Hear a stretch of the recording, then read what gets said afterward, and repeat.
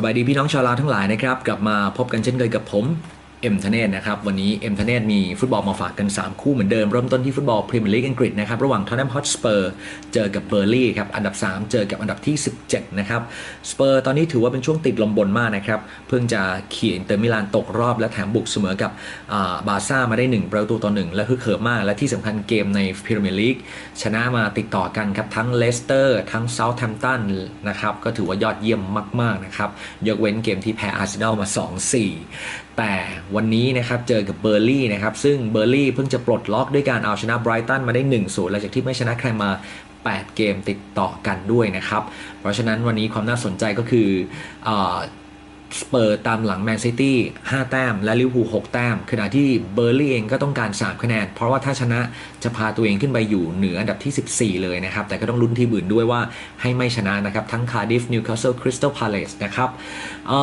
สเปอร์เองเนี่ยความน่าสนใจที่ต้องคิดเยอะๆคือโปรแกรมหลังจากเกมนี้จะมีเกมฟัดกับทางอาร์เซนอลในฟุตบอลลีกครับนะครับเพราะฉะนั้นแล้วเจอกับบาร์ซ่าก็หนักแถมกลางสัปดาห์ต้องไปเจอกับอาร์เซนอลอีกเพราะฉะนั้นเกมวันนี้เนี่ยสเปอร์อาจจะต้องผ่อนแรงหรืออาจจะต้องปรับเปลี่ยนผู้เล่นบางตำแหน่งเพราะฉะนั้นแฮนดิแคปที่จะต้องให้สเปอร์ชนะ3เม็ดขึ้นไปยากเหลือเกินครับวันนี้ผมเชื่อว่าวันนี้เนี่ยสเปอร์เต็มที่ก็ชนะเม็ดเดียวเท่านั้นเองนะครับ1-0 หรือ 2-1 เท่านั้นนะครับเลือกรองเบอร์ลี่ดีกว่านะไปต่อที่บุนเดสลิก้าเยอรมันครับโบรเซียดอร์ทมุนด์เจอกับเวเดอร์เบรเมนนะครับคู่นี้ดอร์ทมุนด์ต้องชนะ 2-0 นะครับหรือ 3-1 ขึ้นไปซึ่งโบรเซียดอร์ทมุนด์ฟอร์มร้อนแรงมากนะครับชนะติดต่อกันทั้งชาลเก้ไฟบวกนะครับแล้วก็ไมซ์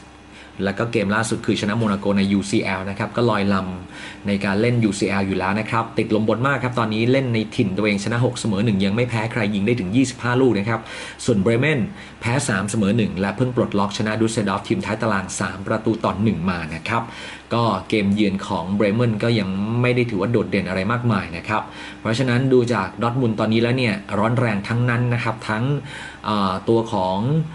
มาร์โก รอยส์ครับยาดอนซานโซนะครับหรือจะเป็นปาโกอัลเกเซงานนี้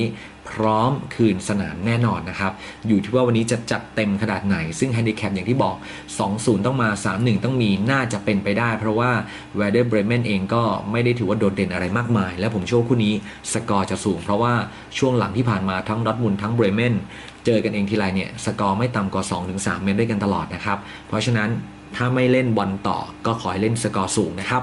ไปต่อที่ Heracles ครับเจอกับ PSV Eindhoven ใน Eredivisie League ของฮอลแลนด์นะครับคู่นี้ PSV ต่อ 1.5 นั่นหมายความว่าต้องชนะ2เม็ดนะครับ Heracles เองฟอร์มแย่นะครับชนะแค่เกมเดียวในรอบ5นัดโดยชนะ VV Venlo 4-1 แต่ก่อนหน้านั้นเนี่ยแพ้ทั้งเบรด้าแพ้ทั้งเฟยนูดแพ้ทั้งซิตทาร์ดแพ้อูเทรคสกอร์แบบ2อัพอะนะฮะต้องบอกอย่างนั้นเสียประตูทุกนัดเกมรับแย่มากนะครับแม้จะเป็นทีมท็อป5ก็ตามและยิ่งมาเจอกับทีมที่กองหน้าโหดขั้นอ๋องอย่าง PSV Eindhoven ซึ่งชนะ Excelsior มา 6-0 เสมออินเตอร์มิลานมัน 1-1 ในเกมล่าสุดนะครับเล่นได้อย่างยอดเยี่ยมมากๆนะครับก็ผมมองวันนี้ PSV Eindhoven น่าจะสามารถถล่ม Heracles ได้เพราะ Heracles เจอทีมท้ายตารางยังกล้าแพ้เลยครับทั้งเบรด้าทั้ง Fortuna Sittard และนับภาษาอะไรเจอกับ PSV แม้ PSV จะเจอเกมหนักกลางสัปดาห์กับอินเตอร์มิลานมาก็ตามนะครับยังไง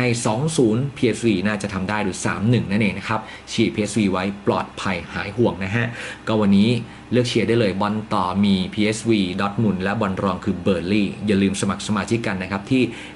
@laosbo หรือว่าความเคลื่อนไหวที่ lao-sbobet.com สวัสดีครับ